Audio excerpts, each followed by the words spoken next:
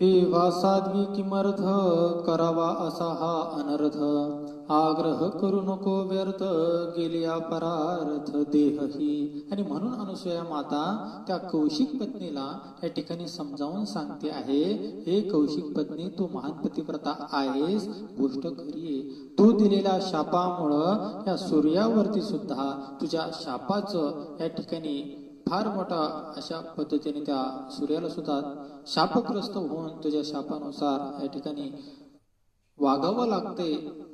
तो सूर्योदय स्वतःचा करू शकत नाही. परंतु हे जे काही सृष्टीमध्ये सूर्य नाही उगवला म्हणून जे काही अनर्थ घडतायत त्याच्यामुळं तुझ्या शापाला काय अर्थ या ठिकाणी उरतोय.